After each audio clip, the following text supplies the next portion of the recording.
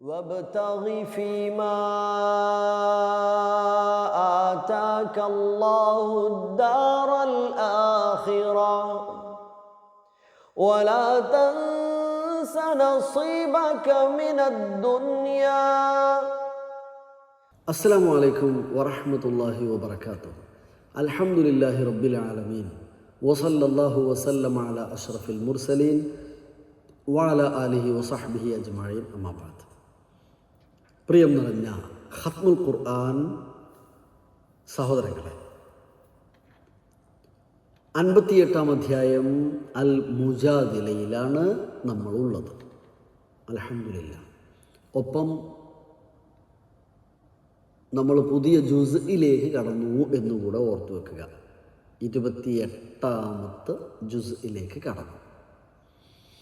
28, 29, 30 3 ജുസ്ഉകൾ കൂടെയാണ് വായിക്കാനുള്ളത്. അള്ളാഹു അതിന് നമുക്കെല്ലാവർക്കും തൗഫീഖ് നൽകി അനുഗ്രഹിക്കട്ടെ. ആമീൻ ആമീൻ ഇൻഷാ അല്ലാഹ്. സൂറത്തുൽ മുജാദില, തർക്കം അല്ലേ? അഊദു ബില്ലാഹി മിനശ് ശൈത്വാനിർ റജീം. ബിസ്മില്ലാഹിർ റഹ്മാനിർ റഹീം. മദനിയ ആയ അധ്യായം. 22 ആയത്തുകളാണ് ഈ അധ്യായത്തിലുള്ളത്. 58-ാം അധ്യായം സൂറത്തുൽ മുജാദിലയിലുള്ളത്. നമ്മൾ പേജ് നമ്പർ പറയുമ്പോൾ 542, 43, 4, 45 കുറഞ്ഞ ഭാഗം. വളരെ പ്രധാനപ്പെട്ട ഒരു കാര്യം, ഗൗരവമുള്ളൊരു വിഷയം. എന്തെങ്കിലും ഒന്നും പറയരുത്. കുടുംബം, വ്യക്തികൾ, നാട്, സമൂഹം പരസ്പരം സംസാരിക്കുമ്പോൾ ശ്രദ്ധിക്കേണ്ട കുറേ കാര്യങ്ങളുണ്ട്. ആരോടായിരുന്നാലും, ആണുങ്ങളോട് പെണ്ണുങ്ങളും, പെണ്ണുങ്ങളോട് ആണുങ്ങളും. നമ്മളെ മനസ്സിൽ ഓരോന്ന് തോന്നുന്നു, എന്നോട് ഇങ്ങനെ വർത്തമാനം പറയണം, അല്ല ഞാൻ എങ്ങനെ വർത്തമാനം പറയണം, ഞാൻ എന്തൊക്കെ പറയാൻ പറ്റുന്നതും പാടില്ലാത്തതും ഉണ്ട് എന്ന ബോധവാനാകണം. ഇതാണ് നമ്മൾ ആദ്യം അറിയേണ്ടത്. ഞാൻ എന്നോടൊന്ന് പറയരുത് എന്നതല്ല, ഞാൻ ആരോട് എങ്ങനെ എന്തൊക്കെ പറയാം എന്നതിനെക്കുറിച്ച് കൃത്യമായ ധാരണയാണ്. ചില്ലറ വിഷയമൊന്നുമല്ല. ഒരു പുരുഷൻ തൻ്റെ ഇണയായ സ്ത്രീയോട് പറയാ, നീ എൻ്റെ ഉമ്മയെപ്പോലെയാണ് എനിക്ക് എന്ന് പറഞ്ഞാൽ, അൻത കവഹരി ഉമ്മി, അൻത അലയ്യ കവഹരി ഉമ്മി, നീ എനിക്ക് എൻ്റെ ഉമ്മയുടെ മുതുക് പോലെയാണ് എന്ന് പറഞ്ഞാൽ എങ്ങനെയുണ്ടാകും? അത് വലിയ പ്രശ്നമല്ലേ? അങ്ങനെ പറയാൻ പാടില്ല. അൻതി അലയ്യ കവഹരി ഉമ്മി, അൻതി അലയ്യ കവഹരി ഉമ്മി. ളിഹാർ എന്നാണ് അതിന് പറയാം. ഇവിടെ قد سمع الله قول التي تجادلك في زوجها وتشتكي إلى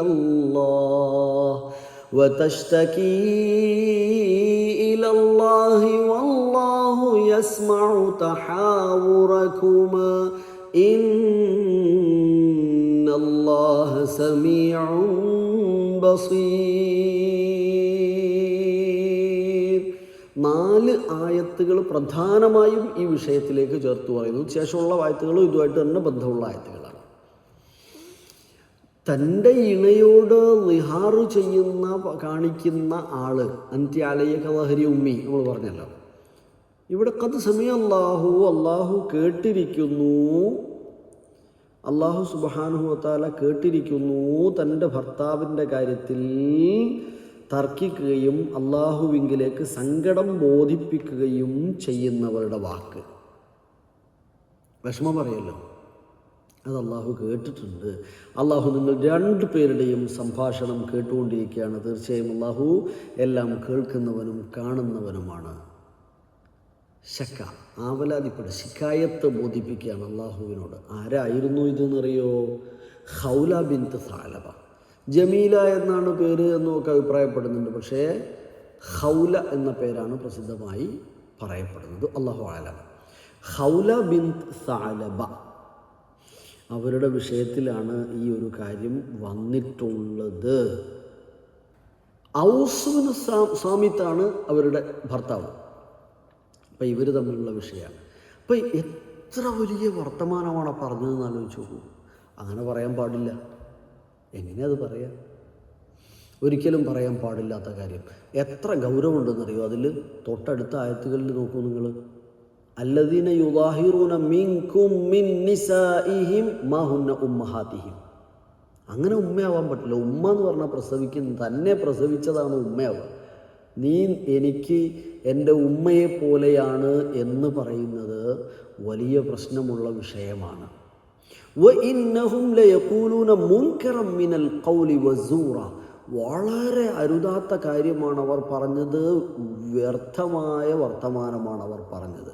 അള്ളാഹു അഫുവാണ്, ഗഫൂറാണ്, വിട്ടുതരും, പുറത്തു തരും. അവനോട് പാപമോചനം താട്ടണം. വല്ലദീന യുദാഹിറൂന മിൻ നിസാഇഹിം സുമ്മ യഊദൂന ലിമാ ഖാലു. പറഞ്ഞത് തിരിച്ചെടുക്കുക. പ്രശ്നമായിപ്പോയി, പറ്റിപ്പോയി, പറഞ്ഞു പോയതാ. അങ്ങനെ അവർക്ക് തിരിച്ചു വരണമെങ്കിൽ അതിന് ഫിദിയ, പ്രായശ്ചിത്തം ചെയ്യണം. ഒരടിമയെ മോചിപ്പിക്കുക എന്നതാണ് പ്രായശ്ചിത്തം. ഇനി അടുത്ത ആയത്തിൽ പറയാം, ഫഇല്ലം യജിദ്, അത് കഴിയില്ലെങ്കിൽ, നടക്കൂല എങ്കിൽ 2 മാസം തുടർച്ചയായി നോമ്പെടുക്കണം. അതിനും കഴിയാതെ പോകുന്നുവെങ്കിൽ എന്തു ചെയ്യണം? നോമ്പെടുക്കുക എന്ന് മാത്രമല്ല, അതുവരെ തൊടാൻ പാടില്ല. പിന്നെ മിൻ ഖബ്ലി അയ്യ തമാസ, പരസ്പരം സ്പർശിക്കാൻ അല്ലെങ്കിൽ ബന്ധപ്പെടാൻ പാടില്ല. അതിനു മുമ്പ് 2 മാസം തുടർച്ചയായി നോമ്പെടുക്കണം. അതിന് കഴിയില്ലെങ്കിൽ ഫമല്ലം യസ്തതി ഫഇത്ആമു 60 മിസ്കീന, 60 മിസ്കീനുകൾക്ക് ഭക്ഷണം കൊടുക്കണം. എന്താ പ്രശ്നം? ഓളോട് വേണ്ടാത്തത് പറഞ്ഞു. ചെറിയ എന്തോ ഒരു വിഷയം ഉണ്ടാവുക, അതിൻ്റെ പേരിലാണ് ഇത് പറഞ്ഞത്. അപ്പോൾ ഈ വിധത്തിലുള്ള സമാനമായ വർത്തമാനങ്ങളിലേക്ക് പോകാതിരിക്കാൻ ശ്രദ്ധിക്കണം എന്ന് പോലും നമ്മെ പഠിപ്പിക്കുന്ന വിശുദ്ധ ഖുർആൻ. ആ ഒരു പരസ്പര ബന്ധത്തെ കാത്തു സൂക്ഷിക്കാൻ ബോധ്യപ്പെടുത്തുന്ന ദൈവിക വചനങ്ങൾ എത്രയാ വിശുദ്ധ ഖുർആനിലുള്ളത്. നിങ്ങൾ അവരോട് ഖൗൽ മഅറൂഫ്, ഏറ്റവും നല്ലത് പറയണം. മാതാപിതാക്കളോടുള്ള പെരുമാറ്റത്തിൽ അവരോട് നിങ്ങൾ ഏറ്റവും നല്ല രീതിയിൽ വർത്തിക്കണം. മക്കളോടുള്ള വിഷയത്തിൽ, കുടുംബത്തോട്, നാടിനോട്, സമൂഹത്തോട്, രാജ്യത്തോട്, എല്ലാ വിഷയങ്ങളിലും ഖുർആൻ എത്ര കൃത്യമായാണ് പറഞ്ഞു തരുന്നത് എന്ന് നോക്കൂ. മനുഷ്യന് വല്ല വിഷമമുണ്ടാക്കുന്ന കാര്യങ്ങളാണ് ഇതെല്ലാം. ആത്യന്തികമായി ലോകത്തും പ്രയാസം ഉണ്ടാക്കുന്ന കാര്യങ്ങളാണ്. അതുകൊണ്ട് ബന്ധങ്ങളെ പൊട്ടിപ്പോകാതെ സൂക്ഷിക്കുവാൻ എത്രത്തോളം ശ്രദ്ധിക്കണം. വാക്കുകളിൽ പോലും ഓരോ വാക്കും നോക്കും വളരെ പ്രധാനമാണ്. അതുകൊണ്ട് അത് ഏറ്റവും നല്ല രീതിയിൽ കീപ്പ് ചെയ്യാൻ നമുക്ക് കഴിയണം. യൗമ യബ്അസുഹുമുല്ലാഹു ജമീഅൻ, എല്ലാവരെയും അല്ലാഹു പുനർജന്മം നടത്തി ഒരുമിച്ച് കൂട്ടുന്ന ദിവസമുണ്ട്. ഫയുനബ്ബിഉഹും ബിമാ അമിലു, ചെയ്ത കാര്യങ്ങളെ അവൻ അറിയിച്ചു തരും. അഹ്സാഹുല്ലാഹു വനസൂ വല്ലാഹു അലാ കുല്ലി ഷൈഇൻ ഷഹീദ്. സഹോദരങ്ങളെ, തുടർന്ന് ഓരോ ഭാഗവും വായിച്ചുകൊണ്ടിരിക്കുക. പാരായണത്തിലേക്ക് നമുക്ക് കിടക്കാം. എല്ലാ വചനങ്ങളിലും അല്ലാഹു എന്ന ഇസ്മുൽ ജലാല, അല്ലാഹ് നോക്കൂ നിങ്ങൾ. ഖദ് സമിഅ അല്ലാഹു, അതിൽ തന്നെ ഒന്നിലധികം പ്രാവശ്യം, 3 പ്രാവശ്യം അല്ലാഹു എന്ന് 4 പ്രാവശ്യം അല്ലാഹു എന്ന് ഉപയോഗിച്ചു. അടുത്ത വചനത്തിലും അല്ലാഹു എന്ന് വന്നിരിക്കുന്നു. വ ഇന്നല്ലാഹ, ഇങ്ങനെ 4ഉം 5ഉം പ്രാവശ്യമായിട്ട് ഓരോ ആയത്തുകളിലൂടെയും 2, 3, 4, 5 പ്രാവശ്യമായിട്ട് വന്നിട്ടുണ്ട്. നമുക്ക് എത്ര പ്രാവശ്യം അല്ലാഹു എന്ന് ഇതിൽ ഉപയോഗിച്ചിട്ടുണ്ട് എന്ന് പരിശോധിക്കാം. മുഴുവൻ ആയത്തുകളും അല്ലാഹു എന്ന് പ്രയോഗിച്ചിട്ടുള്ള ഒരു അധ്യായമാണ് ഇത് എന്ന് പഠിച്ചു വെക്കാം. അങ്ങനെ ഓരോ കാര്യങ്ങളും പാരായണത്തിൽ ശ്രദ്ധിക്കുക. ഇൻഷാ അല്ലാഹ് അല്ലാഹു അനുഗ്രഹിക്കട്ടെ. ഓരോ ആയത്തുകളെയും അർത്ഥസഹിതം വായിച്ചു തീർക്കണം. ഖത്മുൽ ഖുർആൻ വിത്ത് മീനിങ്, മാനസഹിതമുള്ള ഖത്മുൽ ഖുർആനാണ് നമ്മൾ ചെയ്തുകൊണ്ടിരിക്കുന്നത് എന്ന് ഓർമ്മയുണ്ടാവണം. അല്ലാഹു സുബ്ഹാനഹു വ തആല അനുഗ്രഹിക്കട്ടെ. നമുക്ക് പാരായണത്തിലേക്ക് കടക്കാം. അഊദു ബില്ലാഹി മിനശ് ശൈത്വാനിർ റജീം. ബിസ്മില്ലാഹിർ റഹ്മാനിർ റഹീം. قد سمع الله قول التي تجادلك في زوجها وتشتكي إلى الله والله يسمع تحاوركما إن الله سميع بصير الذين يظاهرون منكم من نسائهم ما هن أمهاتهم إن أمهاتهم إلا اللائي ولدنهم وإنهم ليقولون منكرا من القول وزورا وإن الله لعفو غفور والذين يظاهرون من نسائهم ثم يعودون لما قالوا فتحرير رقبة من قبل أن يتماسا ذلكم توعظون به والله بما تعملون خبير فمن لم يجد فصيام شهرين متتابعين من قبل أن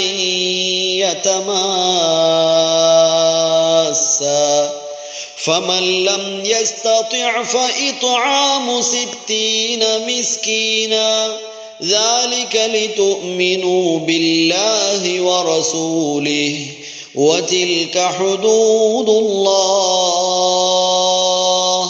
وللكافرين عذاب أليم إن الذين يحادون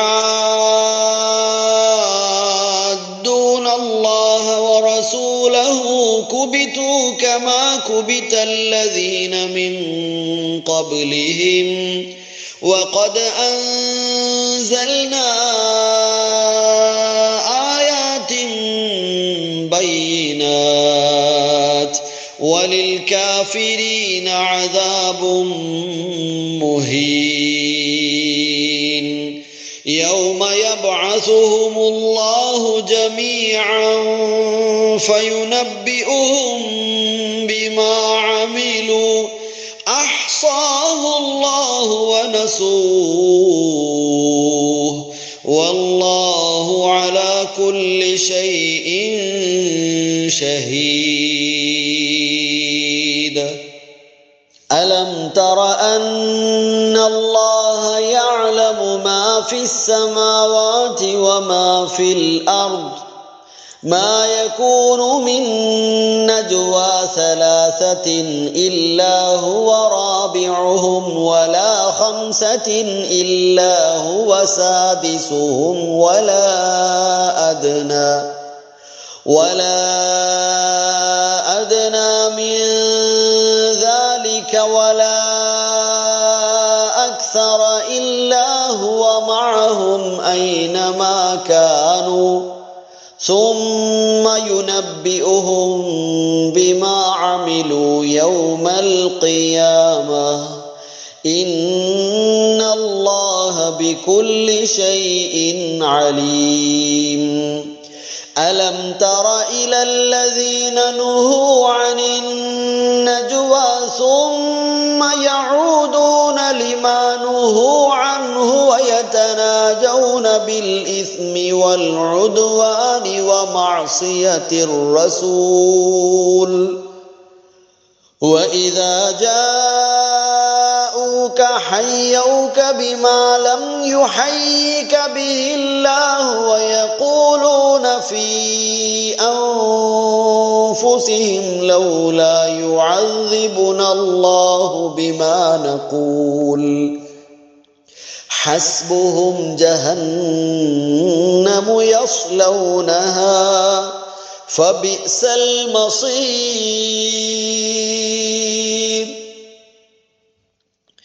يا أيها الذين آمنوا إذا تناجيتم فلا تتناجوا بالإثم والعدوان ومعصية الرسول وتناجوا بالبر والتقوى واتقوا الله الذي إليه تحشرون إنما النجوى من الشيطان ليحزن الذين آمنوا وليس بضارهم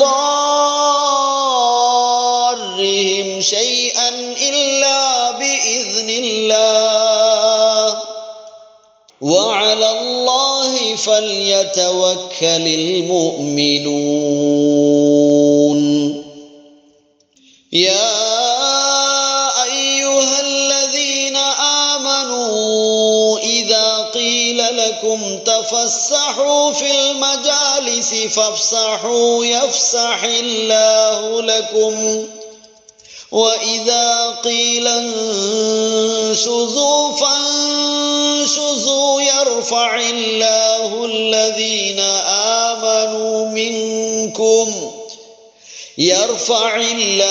الذين آمنوا منكم والذين أوتوا العلم درجات والله بما تعملون خبير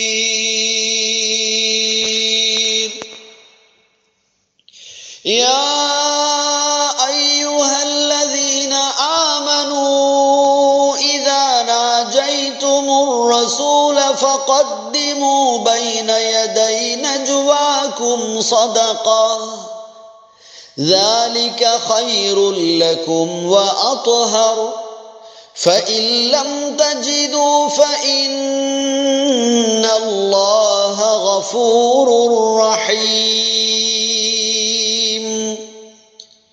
أأشفقتم أن تقدموا بين يدي نجواكم صدقات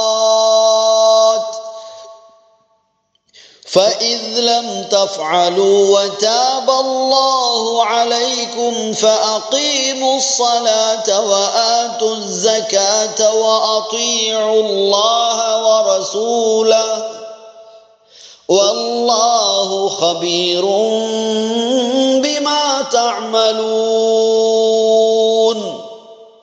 ألم تر إلى الذين تولوا قوما غضب الله عليهم ما هم منكم ولا منهم ويحلفون على الكذب وهم يعلمون أعد الله لهم عذابا شديدا إنهم ساء ما كانوا يعملون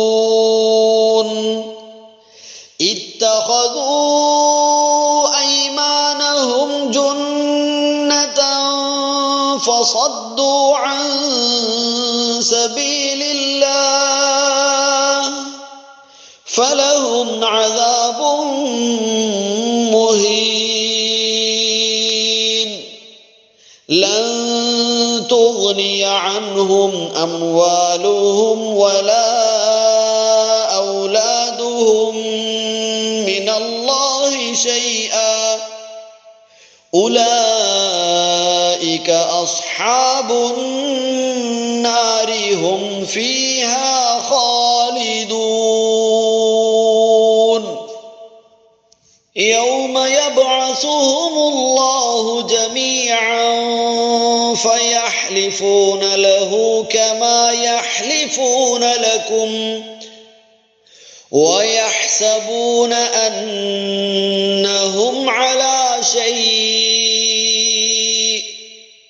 ألا إنهم هم الكاذبون استحوذ عليهم الشيطان فأنساهم ذكر الله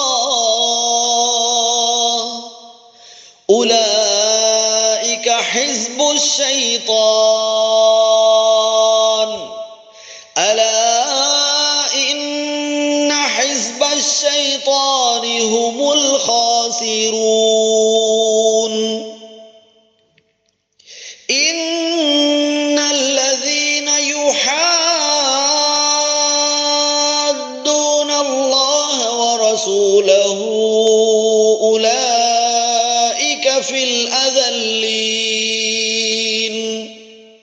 كتب الله لأغلبن أنا ورسلي إن الله قوي عزيز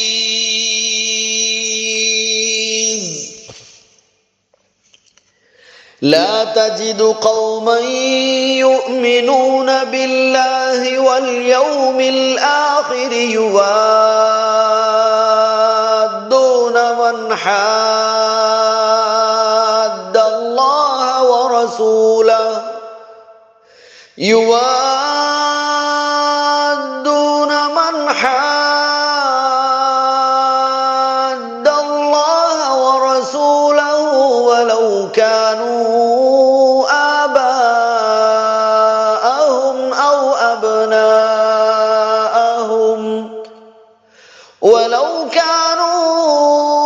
آباءهم أو أبناءهم أو إخوانهم أو عشيرتهم أولئك كتب في قلوبهم الإيمان وأيدهم بروح منه ويدخلهم جنات تجري من تحتها الأنهار خالدين فيها رضي الله عنهم ورضوا عنه أولئك حزب الله